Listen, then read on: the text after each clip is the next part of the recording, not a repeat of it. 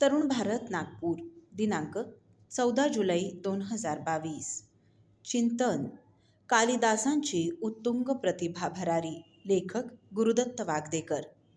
जून महिना सुरू झाला की सगळ्यांना वेध लागतात पावसाचे. कुणाला भाजलेलं कणीस, कुणाला चहासोबत गरमागरम कांदा भजी, तर कुणी मस्त वाफाळत्या कॉफीची चव चाखत खिडकीमधून पावसाचा आनंद लुटणारे.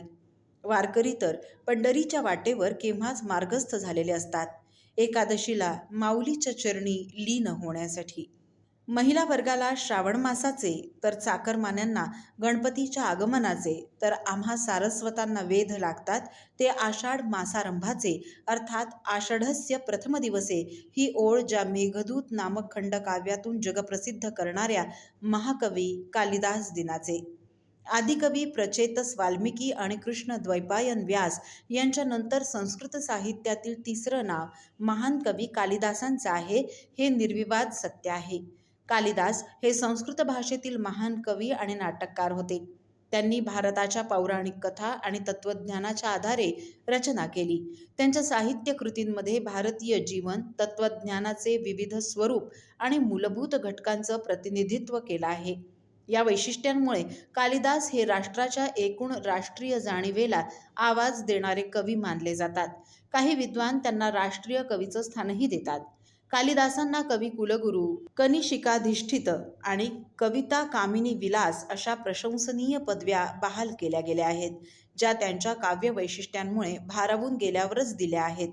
शब्दांच्या दर्जामुळे, शब्दांची योग्य जागा, नैसर्गिक वक्तृत्व इत्यादींचा वापर त्यात ओघ आणि स्पष्टता आहे. अभिज्ञान शाकुंतलम हे कालिदासाचं सर्वात प्रसिद्ध कार्य आहे. हे नाटक काही भारतीय साहित्य कृतींपैकी एक आहे, ज्याचा पहिल्यांदा युरोपियन भाषांमध्ये अनुवाद झाला. जागतिक साहित्यात हे एक अग्रगण्य कार्य मानलं जातं. मेघदूतम ही कालिदासांची उत्कृष्ट रचना आहे, ज्यामध्ये कवीची कल्पनाशक्ती आणि अभिव्यक्ती उत्कृष्ट आहे. निसर्गाचे अद्भुत मानवीकरण खंडकाव्यात दिसते. कालिदास हे वैदर्भीय परंपरेतील कवी आहेत. त्यानुसार ते त्यांच्या अलंकृत पण साध्या आणि गोड भाषेसाठी विशेषत्वाने ओळखले जातात. त्यांचं निसर्गाचं वर्णन अद्वितीय आहे. विशेषतः त्यांच्या उपमांसाठी ते ओळखले जात. कालिदासांना साहित्यातील सद्गुण गुणवत्तेवर विशेष प्रेम आहे. आपल्या शृंगार रसप्रधान साहित्यात आदर्शवादी परंपरा आणि नैतिक मूल्यांची योग्य ती काळजी त्यांनी घेतली आहे. कालिदासाच्या नंतरचे कवी बाणभट्ट यांनी त्यांच्या स्तोत्रांची विशेष प्रशंसा केली आहे. कालिदासांनी रचलेल्या लहान मोठ्या अशा सुमारे 40 रचना आहेत, ज्या वेगवेगळ्या अभ्यासकांनी सिद्ध करण्याचा प्रयत्न केलाय. त्यापैकी केवळ 7च कालिदासाचं निर्विवाद कार्य मानलं जातं. 3 नाटकं, अभिज्ञान शाकुंतलम, विक्रमोर्वशीयम आणि मालविकाग्निमित्रम, 2 महाकाव्य, रघुवंशम आणि कुमारसंभवम, 2 खंडकाव्य, मेघदूतम आणि ऋतुसंहार. मालविकाग्निमित्र हे नाटक कालिदासांचं पहिलं काम आहे, जे राजा अग्निमित्राची कथा सांगतं. अग्निमित्र एका दासीच्या मुलीच्या, मालविकाच्या प्रेमात पडतो. अग्निमित्राच्या पत्नीला हे जेव्हा कळतं, तेव्हा ती मालविकाला तुरुंगात टाकते. पण योगायोगाने मालविका राजकुमारी असल्याचं कळतं आणि त्यांचं प्रेम मान्य केलं जातं. अभिज्ञान शाकुंतलम ही कालिदासांची दुसरी रचना आहे, जी कालिदासांच्या जागतिक कीर्तीचं कारण बनली. इंग्रजी आणि जर्मन व्यतिरिक्त जगातील इतर अनेक भाषांमध्ये या नाटकाचं भाषांतर झालंय. यात राजा दुष्यंताची कथा सांगितली आहे, जो जंगलात सोडून दिलेली ऋषी मुलगी शकुंतला, विश्वामित्र आणि मेनका यांची ती मुलगी, तिच्या प्रेमात पडतो. दोन्ही गंधर्वांचं लग्न जंगलात होतं. राजा दुष्यंत त्याच्या राजधानीत परत जातो. दरम्यान दुर्वास ऋषी शकुंतलाला शाप देतात की ज्याच्या वियोगात त्याने ऋषीचा अपमान केला तो तुला विसरेल. खूप माफी मागितल्यावर ऋषींनी आपला शाप सौम्य केला आणि सांगितलं की राजाची अंगठी त्याला दाखवताच सर्व काही लक्षात येईल. पण राजधानीत जाताना ती अंगठी हरवते. शकुंतला गर्भवती असल्याचं कळताच परिस्थिती अधिकच गंभीर होते. शकुंतलेने लाख विनवणी केली, पण राजाने तिला ओळखण्यास नकार दिला. एका कोळ्याने अंगठी दाखवल्यावर राजाला सगळं काही आठवलं आणि राजाने शकुंतलेचा स्वीकार केला. अभिज्ञान शाकुंतलम हे शृंगार रसाने भरलेलं सुंदर कवितांचं अनोखं नाटक आहे. काव्येषु नाटकम रम्यम तत्र रम्या शकुंतला. अर्थात काव्य प्रकारातील अनेक प्रकारांमध्ये जर सर्वात सुंदर नाटक असेल तर ते अभिज्ञान शाकुंतलम हे नाटक सर्वात अद्वितीय आहे असं म्हटलं जातं. विक्रमोर्वशीयम हे रहस्यमय नाटक आहे.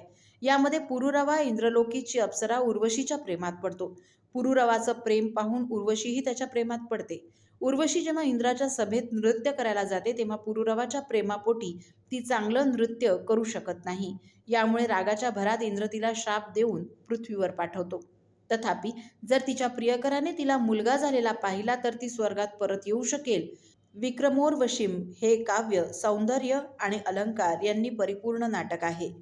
कुमारसंभवम हे त्यांच्या महाकाव्याचं नाव आहे. रघुवंशमध्ये संपूर्ण रघुवंशी राजांच्या कथा आहेत, तर कुमारसंभवममध्ये शिवपार्वतीची प्रेमकथा आणि कार्तिकेयाच्या जन्माची कथा आहे. रघुवंशममध्ये कालिदासाने रघुकुलातील राजांचं वर्णन केलंय. खंडकाव्य मेघदूतम ही एक गीतकाव्य रचना आहे, ज्यामध्ये यक्षाच्या मेघातून संदेश घेऊन आपल्या प्रियकराला संदेशवाहक म्हणून पाठवण्याच्या विनंतीचं वर्णन आहे.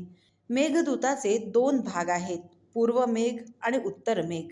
ऋतुसंहारमध्ये सर्व ऋतूंमधील निसर्गाच्या विविध रूपांचं तपशीलवार वर्णन केलेलं आहे. याशिवाय अनेक रचना कालिदासांच्या नावाने नोंदवलेल्या आहेत, परंतु या रचना कालिदासांच्या नावाने इतर कवींनी केल्या होत्या असं अभ्यासकांचं मत आहे. कालिदास हे नाटककार आणि कवी याशिवाय ज्योतिषशास्त्रातही जाणकार मानले जातात. उत्तर कलामृतम या नावाच्या ज्योतिष ग्रंथाच्या निर्मितीचं श्रेय कालिदासांना दिलं जातं. असं मानलं जातं की देवी कालीची पूजा केल्याने त्यांना ज्योतिषशास्त्राचं ज्ञान प्राप्त झालं. या पुस्तिकेत केलेल्या भविष्यवाण्या खऱ्या ठरल्या. कालिदास हे वैदर्भी रीतिरिवाजाचे कवी आहेत आणि त्यांनी प्रसाद गुणांनी परिपूर्ण शब्दयोजना वापरली आहे. प्रसाद गुणाचं वैशिष्ट्य म्हणजे कोरड्या जळण्याच्या लाकडात जसा अग्नी पटकन पेट घेतो त्याचप्रमाणे प्रसाद गुण मनावर राज्य करतो आणि हे कालिदासांच्या भाषेचं वैशिष्ट्य आहे. कालिदासांची भाषा मधुर ध्वनीने संपन्न आहे. शब्दांचा अल्प वापर, शब्दांचं योग्य स्थान, अक्षरांचा नैसर्गिक वापर इत्यादींमुळे त्यात ओघवतेपणासोबतच प्रांजळपणाही सामावलेला दिसतो. कालिदास यांनी अक्षरांचा नैसर्गिक वापर केलाय. ते उपमा अलंकारांच्या वापरात निपुण मानले जातात. त्यांनी दिलेल्या उपमा सर्वोत्तम मानल्या जातात. उदाहरणार्थ, संचारिणी दीपशिखेव रात्रौ यम यम व्यतियाय पतीन्वरासा नरेंद्र मार्गाट्टम इवं प्रपेदे विवर्ण भावम सस भूमिपालहा.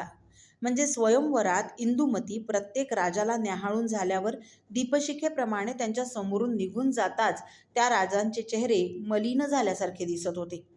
अभिव्यक्ती हे कालिदासांच्या कवितेचं मुख्य वैशिष्ट्य आहे. म्हणजे चित्रांच्या निर्मितीमध्ये सर्व काही न सांगताही ते संपूर्ण चित्र भावपूर्णतेने रेखाटतात. उदाहरणार्थ, एवं वादिनी देवर्षो पार्श्वे पितुरधोमुखी लीला कमलपत्राणी गणयामास पार्वती. म्हणजेच देवर्षींनी पार्वतीचा विवाह प्रस्ताव सांगितल्यावर वडिलांच्या शेजारी बसलेल्या पार्वतीने लाजून मान खाली घातली आणि हातातल्या कमळाच्या पाकळ्या ती मोजू लागली. कालिदासांनी आपल्या रचनांमध्ये अलंकारिक, सोपी आणि मधुर भाषा वापरली आहे. शृंगार रसाचं वर्णनही त्यांच्या रचनांमध्ये केलंय. त्यांनी आपल्या रचनांमध्ये ऋतूंचं स्पष्टीकरण दिलंय, जे प्रशंसनीय आहे. कालिदासांच्या साहित्यात संगीत हा मुख्य भाग होता. त्यांनी आपल्या कार्यात आदर्शवादी परंपरा आणि नैतिक मूल्य जपली. ज्येष्ठ संपादक ज्ञानेश महाराव यांच्या लेखात म्हटल्याप्रमाणे काही पाश्चात्य पंडितांनी कालिदास हाच हिंदुस्थानचा शेक्सपियर अशी स्तुती केली आहे. हिंदुस्थानी पंडित सुखावले आहेत, ते चुकीचे आहे. खरं तर कालिदासांचं नाव बिरुद म्हणून शेक्सपियर पुढे लावावं एवढी कालिदासांची प्रतिभा भरारी उत्तुंग आहे. कालिदासांनी 3च नाटकं लिहिलीत, पण ती शेक्सपियरच्या 30 नाटकांच्या वरचढ ठरतील अशी आहेत. विविध नाट्यरसांप्रमाणे विविध कलांचाही संगम कालिदासांच्या 3 नाटकात झालेला आहे. ही कालिदासांची साहित्य थोरवी काळाला दास करणारी आहे. म्हणूनच कालिदासांच्या स्मरणासाठी आषाढातला पहिला दिवस हा केवळ निमित्त मात्र ठरतो. गुरुदत्त वागदेकर यांच्या चिंतन या सदरातील हा लेख आपण तरुणभारत.net या संकेतस्थळावरही ऐकू शकता. असेच अभ्यासपूर्ण आणि संवेदनशील विचारांचे लेख ऐका फक्त डिजिटल तरुण भारत सोबत. त्यासाठी आमच्या YouTube चॅनलला लगेच सबस्क्राईब करा, लाईक आणि शेअरही नक्की करा. धन्यवाद.